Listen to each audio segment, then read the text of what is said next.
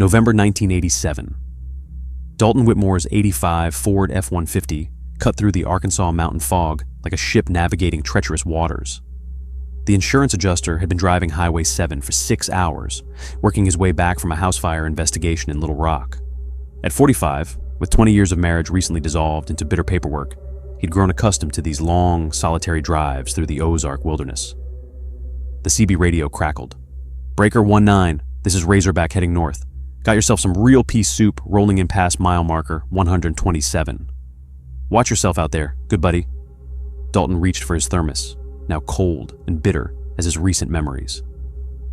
That's when he spotted the taillights piercing the fog ahead, red eyes in the mountain darkness. As he drew closer, a late 70s Chevy Impala materialized, sitting askew across the highway with its hood raised. Steam rose from the engine bay, mixing with the November mist. A lone figure stood beside the vehicle, waving frantically. Something in Dalton's gut, the same instinct that had kept him alive in Vietnam, whispered caution. But the man looked genuinely distressed, and Dalton had been raised to help folks in need. He pulled to a stop 20 feet back, engine running.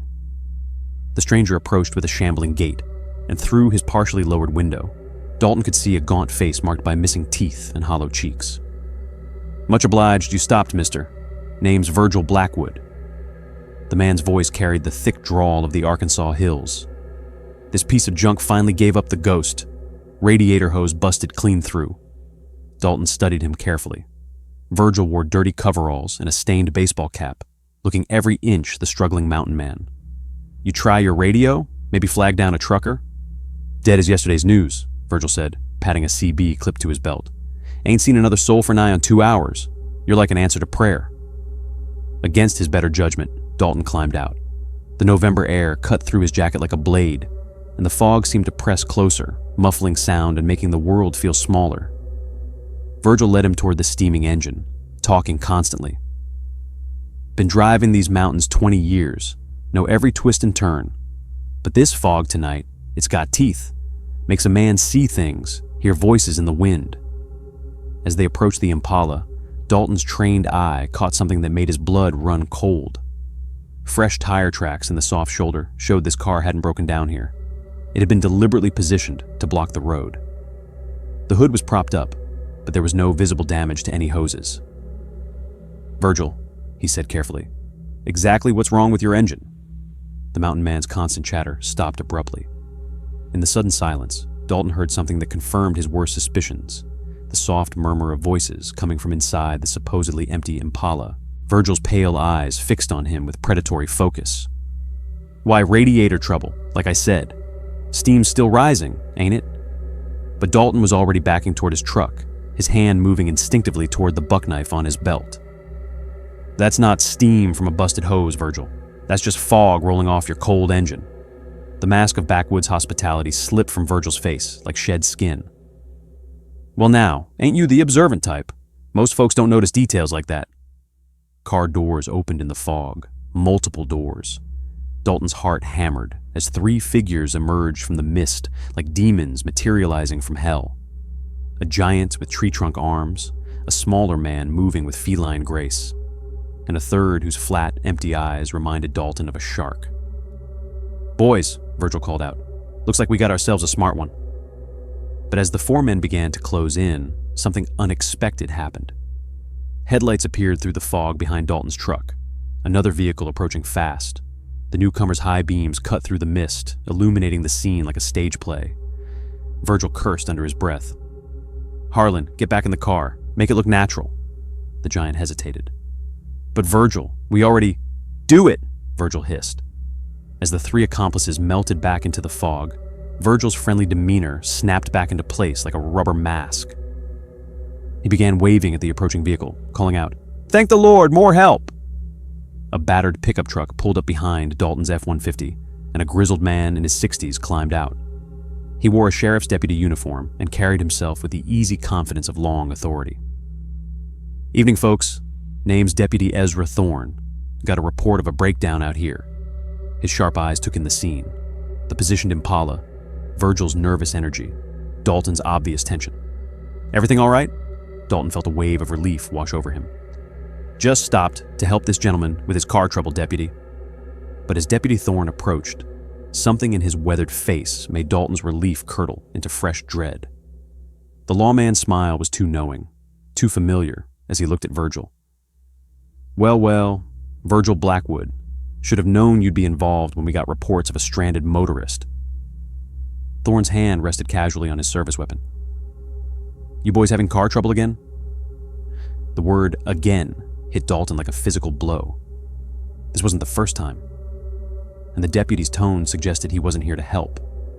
He was here to participate. Virgil's grin widened. Just a little engine trouble, Ezra. Nothing this kind gentleman can't help us sort out. Deputy Thorne nodded slowly, his eyes never leaving Dalton's face. I'm sure he can. Amazing how many helpful folks we get on this stretch of road. Very generous people. In the fog-shrouded distance, Dalton heard the sound of more engines approaching. Not rescue, reinforcements. His mouth went dry as he realized the true scope of what he'd stumbled into. This wasn't just a roadside robbery. This was something much worse, something with official protection and a long, bloody history on Highway 7. The deputy's radio crackled to life. Unit 7, this is dispatch. We show you responding to that breakdown call? Everything under control out there? Thorne lifted the radio to his lips, his eyes locked on Dalton. That's affirmative, dispatch. Just helping some stranded motorists. Should have everything wrapped up here real soon? The fog seemed to thicken around them like a living shroud as Deputy Thorne clipped his radio back to his belt. In the distance, Dalton could hear the rumble of approaching engines, at least 2 more vehicles cutting through the mountain mist toward their location. You know, Mr. Thorne let the question hang in the air. Whitmore. Dalton Whitmore. Mr. Whitmore, I've been working these mountains for 37 years, seen all kinds of travelers come through. Salesmen, tourists, folks just passing through to somewhere better. The deputy's voice carried a conversational tone that made Dalton's skin crawl. Amazing how many of them seem to have car trouble right here at mile marker 127. Virgil chuckled, a sound like gravel in a tin can. Highway 7's got a reputation for breaking down vehicles, deputy. Something about the altitude, maybe. Must be, Thorne agreed. Of course, it's funny how the breakdowns always happen on foggy nights like this, and how the stranded motorists always seem to disappear before morning. The first of the approaching vehicles materialized from the mist. A rusted tow truck with Blackwood's Garage painted on the door in faded letters. Behind it came a dark sedan with Arkansas State Police markings. Dalton's heart sank as he realized the full scope of the trap he'd walked into. Family business? He asked Virgil, nodding toward the tow truck. You might say that. My cousin Silas runs the garage, handles all the salvage work in these parts. Virgil's gap-toothed grin widened. Real thorough when it comes to cleaning up messes. The tow truck driver climbed out, another Blackwood, by the look of him, with the same gaunt features and hollow eyes. The state trooper who emerged from the sedan was younger, maybe early 30s, with the nervous energy of someone new to corruption. Evening, Deputy Thorne, the trooper called out. This the situation we discussed? That's right, Henderson. Mr. Whitmore here was just telling us about his plans. Thorne's hand moved to rest on his service weapon. Weren't you, Mr. Whitmore? Dalton's mind raced, cataloging options and finding them all wanting.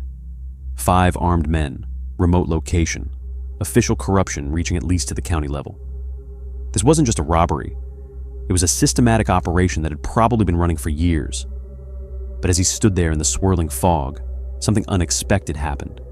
His CB radio crackled to life from inside his truck, loud enough for everyone to hear. Unit 7, this is dispatch. We have multiple reports of a missing insurance adjuster on Highway 7. Subject's wife contacted the company when he failed to check in. Last known location mile marker 130, southbound. Please advise status. The silence that followed was deafening. Deputy Thorne's confident demeanor faltered for the first time, and Dalton saw uncertainty flash across the corrupt lawman's face. Dispatch, this is Unit 7. No sign of any missing persons in my sector. We'll continue patrol and advise. But the damage was done. The radio call had shattered the illusion of a random encounter. Someone knew Dalton was missing, and more importantly, someone knew where to look for him. Trooper Henderson shifted nervously. Deputy, maybe we should... Shut up, Thorne snapped. Then, to Virgil. How long before that next truck comes through? Could be an hour, could be all night. You know how it is. Thorne cursed under his breath. The original plan, whatever it was, had just become significantly more complicated. They couldn't simply make Dalton disappear now, not with dispatch actively looking for him in this exact area. That's when Dalton made his move. 20 months in Vietnam had taught him that when a situation went sideways, sometimes the only option was to make it go sideways faster. He suddenly clutched his chest and staggered, letting out a convincing groan of pain. "My heart," he gasped, dropping to one knee. "Chest pains. Can't breathe." The performance was Oscar-worthy. He'd seen enough genuine heart attacks in his insurance work to know exactly how they looked. The corrupt cops exchanged worried glances. A heart attack victim would mean paramedics, hospitals, official records they couldn't control. "Jesus Christ," Henderson muttered. "We can't let him die here. There'll be an investigation, autopsy, the whole 9 yards." As the men clustered around him, arguing in hushed tones about what to do, Dalton palmed a small item from his pocket. A military smoke grenade he'd kept as a souvenir from his army days. Old habits from a careful man who'd learned to prepare for the worst. "We need to get him to a hospital," Thorne was saying. "If he dies here..." Dalton pulled the pin and rolled the grenade under Virgil's Impala. Thick white smoke erupted like a miniature volcano, instantly turning the fog-shrouded scene into complete chaos. Shouts echoed through the mist as the men stumbled blindly, coughing and cursing. Dalton sprinted toward his truck, his heart attack miraculously cured. Behind him, he heard Thorne shouting orders, the sound of car doors slamming, engine starting. He dove into his cab and gunned the engine, tires spinning on the damp asphalt as he shot forward into the smoke-filled night. In his rearview mirror, he could see headlights trying to follow, but the combination of smoke and natural fog had turned the world into an impenetrable gray wall. His CB crackled again. "Any unit in the area of mile marker 127, we have reports of some kind of explosion or smoke. Respond immediately." Dalton grabbed the microphone. "Dispatch, this is Dalton Whitmore, the missing insurance adjuster. I'm okay, but you need to send everything you've got to mile marker 127. Highway robbery operation with law enforcement involvement. Repeat, corrupt deputies on scene." As he raced through the mountain fog towards safety, Dalton allowed himself a grim smile. Virgil Blackwood and his crew had picked the wrong veteran tonight. Some lessons from the jungle never fade, and survival was the most important one of all. Behind him, the fog began to lift, but the real nightmare for Highway 7's predators was just beginning. It was late November 2019, and I'd been planning this retreat to my grandfather's cabin for months. The breakup with Rachel had left me drained, and the constant city noise was killing my creativity. 4 days alone in the Appalachian wilderness seemed like exactly what I needed to finish the Morrison Industries rebrand project and clear my head. The cabin sat 20 miles outside Beckley, West Virginia, nestled deep in a hollow surrounded by towering pines. Grandfather Blackwood had built it himself in 1967, and though I'd updated it with solar panels and decent internet, it still felt like stepping back in time. The nearest neighbor was old Henrik Voss, 3 miles down a winding dirt road that became impassable in bad weather. I'd arrived Thursday evening, planning to work straight through the long Thanksgiving weekend. Neil Ashworth, my old college roommate, thought I was crazy for spending the holiday alone, but he understood. He'd promised to check in daily, knowing how spotty cell service could get up here. Friday passed productively. I'd made real progress on the logo concepts, the generator was running smoothly, and the forecast showed clear skies. But by Saturday afternoon, everything changed. The Weather Service issued an unexpected winter storm warning, unusual for late November, even in the mountains. Heavy snow was moving in from the northwest, potentially dumping 6 to 8 inches overnight. I wasn't worried initially. The cabin was well stocked, and I'd faced mountain storms before. But as darkness fell and the first flakes began to swirl past the windows, I realized this was going to be worse than predicted. The wind picked up, howling through the pines with an intensity that made the cabin's old timber frame creak and groan. Around 8 o'clock, I was reviewing design mock-ups when I heard something that made me pause. Beneath the storm's roar, there was a rhythmic crunching sound, footsteps in the snow moving slowly around the cabin's perimeter. I muted my laptop and listened carefully. The sound circled from the front porch to the eastern wall, then toward the back. My rational mind suggested it could be a deer or black bear, though the deliberate pace seemed wrong for wildlife. I grabbed my flashlight and moved to the front window, careful to stay back from the glass. The beam cut through the swirling snow, but revealed nothing beyond the first row of trees. The footsteps stopped. I waited 5 minutes before checking the other windows, seeing only my own reflection against the storm. When I finally worked up the nerve to open the front door, the wind nearly ripped it from my hands. Snow stung my face as I swept the flashlight across the porch and immediate yard. There, partially filled, but still visible, were boot prints in the snow, size 11 or 12, with a distinctive tread pattern that ruled out wildlife. Someone had been circling my cabin. I slammed the door and threw the deadbolt, suddenly aware of how isolated I was. Cell service had been intermittent all day, and the storm would only make it worse. I tried calling Neil, but got nothing, not even a busy signal. The landline grandfather had installed was long gone, another upgrade I suddenly regretted. The power flickered twice around 10:30, each interruption lasting just long enough to make me nervous. I fired up the backup generator as a precaution, its steady rumble somewhat comforting beneath the storm's chaos. But comfort didn't last long. At 11:15, something heavy struck the cabin's western wall, the side facing the generator shed. The impact was too solid and deliberate to be a falling branch. I grabbed my phone and moved toward the kitchen window, using its glow as a flashlight to avoid silhouetting myself. That's when I saw him. A tall figure stood just beyond the generator shed, partially obscured by the storm but clearly human. He wore what looked like hunting gear, dark jacket, knit cap, heavy boots. For a long moment, neither of us moved. Then he stepped toward the cabin, and I could make out more details.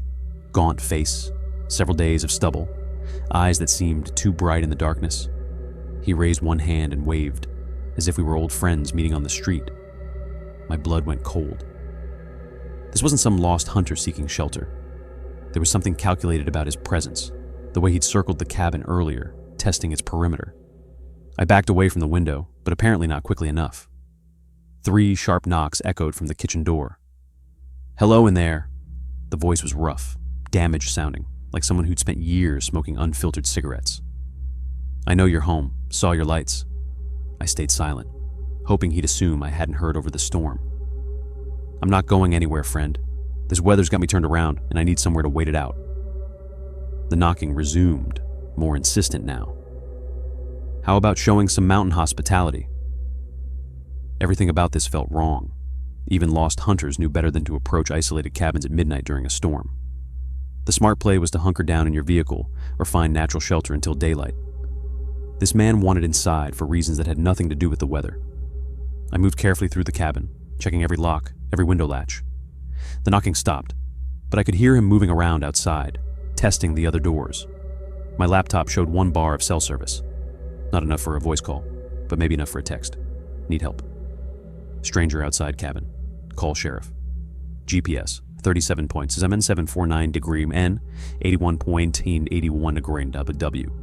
I hit send to Neil, praying it would go through. The message showed sending for 30 seconds before failing. I tried again with the same result. That's when the lights went out. The generator's sudden silence was deafening. Through the storm's howl, I could hear my own breathing, unnaturally loud in the darkness. The man outside had found the power source and disabled it, which meant he knew exactly what he was doing. I fumbled for my phone's flashlight, keeping the beam low and pointed away from windows. Moving by memory through the cabin I'd known since childhood, I made my way to grandfather's old gun cabinet. Empty, of course. I'd never been much for hunting, and the rifles had been sold years ago, along with most of his other belongings. "Power's out, friend." The voice came from right outside the kitchen door now, so close I could hear him clearly, despite the storm. "Gets mighty cold up here without heat. Sure you don't want to reconsider?" I pressed myself against the wall beside the door, trying to think. The nearest phone was at Henrik Voss's place, but 3 miles through a blizzard and darkness was essentially suicide. My best bet was to wait him out. Surely he wouldn't stand around in a snowstorm all night. But then I heard the scraping sound. Metal against wood, rhythmic and deliberate. He was working on the door lock with some kind of tool. The deadbolt was solid, but the door frame itself was 60 years old. Given enough time and the right leverage, it would give way. I moved to the living room and tried my phone again. Still no signal. The text to Neil remained unsent, mocking me from the screen. I deleted it and typed a new one, shorter, hoping brevity might help it squeeze through. Help. Cabin. Call police. This time, it went through. The scraping stopped. Footsteps moved around the cabin again, and I realized he was checking every possible entry point. The windows were all locked, but most had simple latches that wouldn't stop a determined intruder. My grandfather had built this place as a weekend retreat, not a fortress. A new sound made my stomach clench, the screech of metal on glass. He was working on the bathroom window, the smallest and most concealed from any potential witnesses. I crept toward the back of the cabin, phone light guiding my way, and could see the beam of his flashlight moving behind the frosted glass. "I know you're in there, Blackwood." My blood froze. He knew my name. "Cornelius told me all about your little getaway. Said you'd be up here working on some big project, all alone for the holiday weekend." The voice was closer now, right outside the bathroom wall. "Funny thing about Neil, he's real chatty when he's had a few drinks at Murphy's Tavern." Neil. My closest friend had unknowingly given this predator everything he needed to find me. The realization hit like a physical blow. This wasn't random. I'd been targeted, studied, hunted. The window latch gave way with a sharp crack. I ran for the kitchen, grabbed the largest knife from the block, and positioned myself where I could see both the bathroom doorway and the kitchen entrance. The blade felt inadequate in my shaking hands, but it was all I had. Cold air rushed through the cabin as the bathroom window slid open. I could hear him struggling to fit through the narrow opening. He was a big man, and it would take time. Time I needed to use wisely. My phone buzzed. A text from Neil. "WTF? Are you serious?" Calling 911 now. Relief flooded through me, but it was short-lived. Even if the sheriff's department responded immediately, it would take them at least 40 minutes to reach the cabin in these conditions. I had to survive until then. A heavy thud from the bathroom told me he was inside. "There we go," the voice called out, much closer now. "Don't make this harder than it needs to be, Thaddeus. I just want to talk." I heard him moving through the bathroom, then the hallway. His flashlight beam swept the living room, searching. I stayed low behind the kitchen counter, trying to control my breathing, the knife clutched in my right hand. "You know, your grandfather and I had some good times up here, back when I was doing maintenance work for the county. He never locked anything, said mountain folk looked out for each other. Simpler times." He was in the living room now, less than 20 feet away. I could see the edge of his flashlight beam dancing across the ceiling. My phone showed 11:47 p.m. Help was still 30 minutes away, minimum. "Found some interesting things in his old desk," the voice continued conversationally. "Insurance papers, property deeds, some old photographs. You favor him quite a bit. Same stubborn jaw, same way of thinking you're smarter than everyone else." The beam swung toward the kitchen. I pressed myself lower, praying the counter would hide me. My phone buzzed again, another text from Neil, but I didn't dare look at it. "I've been watching this place for months, waiting for the right opportunity. Amazing how much you can learn about someone just by being patient. Your work schedule, your habits, when you come up here to play hermit." The floorboard beside the refrigerator creaked. He was maybe 10 feet away now, just around the corner. I could hear his breathing, slow and steady, like a man who had all the time in the world. "The thing is, Thaddeus, some conversations are better had in private, away from city noise, away from neighbors who might interrupt. Places like this, where a man can really speak his mind." I heard the distinctive sound of a gun being cocked. That's when the sirens began to wail in the distance, still faint, but growing stronger. The man's breathing stopped. Then footsteps moved quickly toward the front of the cabin, and I heard the door slam open. By the time the sheriff's deputies arrived 20 minutes later, he was gone. They found his truck abandoned 2 miles down the mountain road, stuck in a snowbank. Gideon Merrick, they told me later. Local drifter with a history of breaking into vacation properties. They never found him. I haven't been back to the cabin since. Some places, once they're poisoned by fear, never feel safe again. And sometimes, late at night in my city apartment, I still wonder what conversation he'd wanted to have with me in that isolated, hollow, and what would have happened if Neil hadn't been such a good friend. Some questions are better left unanswered. It was late November 2019, and I'd been living in my grandfather's old farmhouse outside Millbrook, Vermont for exactly 6 months. The renovation work was finally done, and I was starting to feel like the place might actually become home. My name is Cornelius Blackwood, though most folks just call me Neil. At 47, after 20 years as a mechanical engineer and a messy divorce that left me questioning everything, inheriting Grandpa Ezekiel's property felt like a lifeline I desperately needed. The house sat on 43 acres of maple and birch forest, connected to the main road by a quarter-mile dirt driveway that wound through trees older than the Civil War. The nearest neighbor was the Whitmore farm, about 2 miles east, and old Henrik Whitmore kept to himself anyway. It was exactly the kind of isolation I'd been craving after years of suburban noise and office politics. That Saturday evening, November 23rd, the Weather Service had predicted our first real snowfall of the season. Nothing too serious, they said, maybe 4 to 6 inches. I'd driven into town earlier to stock up on supplies, knowing how quickly the dirt road could become impassable. By 8 o'clock, when I pulled my pickup into the gravel circle in front of the house, fat snowflakes were already drifting down through the porch light. I heated up some leftover chili and settled into Grandpa's old leather recliner with a glass of Jameson, watching the snow accumulate on the windowsill. The house creaked and settled around me the way old houses do, but after 6 months, I'd grown accustomed to its particular symphony of sounds. The wind in the eaves, the occasional pop from the heating system, and the gentle tick of the grandfather clock in the hallway, all familiar now. Around 10:30, I decided to head upstairs to my bedroom. I converted what used to be Grandpa's study into a makeshift office, complete with my laptop and a small desk positioned under the dormer window that looked out over the back pasture. I was settling in to catch up on some consulting work when I heard it. Thud. The sound came from directly above me, resonating through the ceiling. I paused, fingers hovering over the keyboard, and listened. Old houses make noise, especially in weather, but this was different, more deliberate, heavier. My Navy training kicked in without conscious thought. Assess the situation, identify potential threats, plan accordingly. I'd done 3 tours on destroyers before settling into civilian life, and some habits die hard. The logical explanation was snow load on the roof. The house was old, and while I'd had the structure inspected, Vermont winters could be unpredictable. But then it happened again. Thud, and then another. Thud. The sounds moved in a deliberate line across the ceiling, from the front of the house toward the back. Too rhythmic to be settling snow, too measured to be a branch falling. I closed the laptop and stood up, my pulse quickening, despite my attempts to stay rational. The sounds continued, maybe 6 or 7 more impacts, each one directly overhead, tracking in what seemed like a straight line toward the rear of the house. Grabbing my heavy winter coat from the bedroom closet, I headed downstairs and out the front door. The cold hit me immediately, and the snow was falling harder now, fat flakes that stuck to everything. I walked backward from the house, craning my neck to examine the roofline.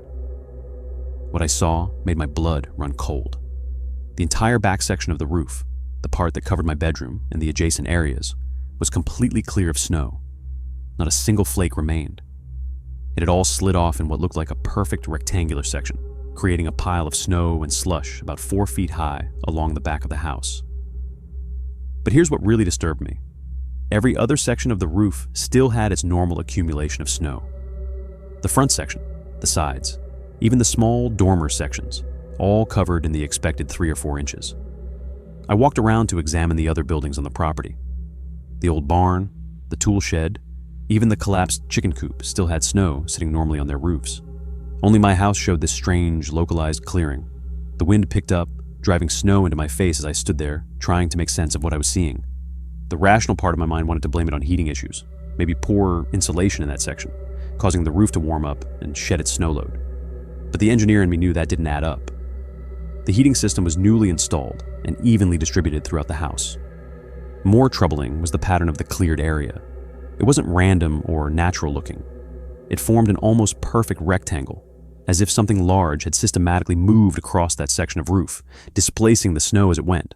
I stood there for maybe 5 minutes, snow accumulating on my shoulders, studying the roof line and trying to come up with a reasonable explanation. The wind was picking up, and my ears were starting to burn from the cold. Finally, I gave up and headed back toward the front door. That's when I saw the mudroom. The small entryway just inside the front door was where I kept my boots and winter gear. I tracked in some snow and slush when I'd rushed outside, but what I was looking at now was something entirely different. Dark, wet footprints led from the mudroom across the hardwood floor of the main hallway. Not my prints, These were larger, with a different tread pattern, and they headed in the opposite direction from where I'd been walking. My heart hammered against my ribs as I followed the trail with my eyes. The prints went through the living room, past the kitchen, and up the main staircase toward the second floor, toward my bedroom. Part 2. I stood, frozen in the mudroom, my breath coming in short puffs and the cold air still clinging to my jacket. 20 years of engineering had taught me to think systematically, and 3 Navy deployments had taught me to think tactically. Right now, both skill sets were screaming the same thing: get out of the house. But first, I needed to understand what I was dealing with. Moving carefully, I knelt down and examined the footprints more closely. They were definitely boot prints, heavy treads, probably size 11 or 12. The water was still relatively fresh, not yet fully absorbed into the hardwood. Whoever had made these tracks had been here recently. Very recently. I pulled out my cell phone to call 911, but the signal bars showed nothing. The combination of the storm and our location, deep in the Vermont hills, meant the nearest cell tower was often unreliable. I'd been meaning to get the old landline reconnected, but hadn't gotten around to it yet. Standing up slowly, I tried to piece together what had happened. Someone had been on my roof. That explained the thuds and the cleared snow. They'd somehow gotten inside while I was out examining the roof damage. The timing was almost perfect, like they had been watching and waiting for me to leave. The thought sent ice through my veins. How long had they been up there? Had they been watching me through the dormer window while I worked at my desk? I backed toward the front door, keeping my eyes on the staircase. That's when I heard it, a soft creaking from upstairs. The old floorboards in the hallway outside my bedroom. My hand found the doorknob behind me, but something made me pause. In the Navy, we'd learned that running blindly could be more dangerous than staying and fighting, especially when you didn't know your enemy's position or intentions. If someone was still upstairs, going outside might just trap me in the open where I'd be completely vulnerable. Instead, I moved quietly to the kitchen and grabbed the largest knife from the wooden block on the counter. It wasn't much, but it was better than nothing. I also picked up the heavy Maglite flashlight I kept in the junk drawer. 3 D batteries made it a decent improvised weapon. The creaking continued upstairs, deliberate and measured. Someone was definitely up there, and they weren't trying very hard to hide their presence. That bothered me more than if they'd been completely silent. It suggested either extreme confidence or complete desperation. Moving as quietly as I could, I crept to the bottom of the staircase and listened. The sound seemed to be coming from my bedroom area, directly above where I'd first heard the thuds on the roof. I could hear what sounded like drawers being opened and closed, papers being shuffled. They were searching for something. That realization hit me like a physical blow. This wasn't a random break-in. Someone had specifically targeted my house, had somehow known I'd be here alone during the storm. They'd planned this carefully enough to get onto the roof and wait for the right moment to break in. But what could they possibly be looking for? I'd only been living here 6 months, and most of my possessions were either brand new or obviously worthless. Unless this had something to do with Grandpa Ezekiel. The old man had been something of a mystery, even to family. He'd lived alone in this house for over 40 years after Grandma died, rarely venturing into town and never talking much about his past. When I was a kid, visiting during summers, I'd sometimes catch him staring out at the woods with an expression I couldn't read. Part fear, part guilt, part something else entirely. The sounds upstairs stopped suddenly, and the silence felt even more menacing than the noise had been. I stood at the bottom of the stairs, knife in one hand and flashlight in the other, trying to decide what to do next. That's when I heard the window slide open. It was the dormer window in my bedroom. I recognized the particular squeak it made. A few seconds later, I heard boots on the roof again, moving toward the back of the house. Whoever had been upstairs was leaving the same way they'd come in. I raced to the kitchen window that faced the backyard and peered out through the falling snow. In the dim light from the porch, I could just make out a dark figure moving along the roofline. They reached the edge where the roof met the old maple tree and simply disappeared into the branches. By the time I got outside and around to the back of the house, there was nothing to see but snow and shadows. The figure had vanished into the forest as completely as if they'd never existed. But they had existed. The evidence was all through my house. The wet footprints, the disturbed items in my bedroom, the window I was certain I'd left locked. I stood there in the falling snow for a long time, scanning the tree line and trying to process what had just happened. Finally, The cold drove me back inside, where I spent the rest of the night sitting in the kitchen with my back to the wall and the knife within easy reach. I never did find out what they were looking for. But I had the growing certainty that whatever secrets Grandpa Ezekiel had taken to his grave, someone else knew about them too, and they weren't done looking.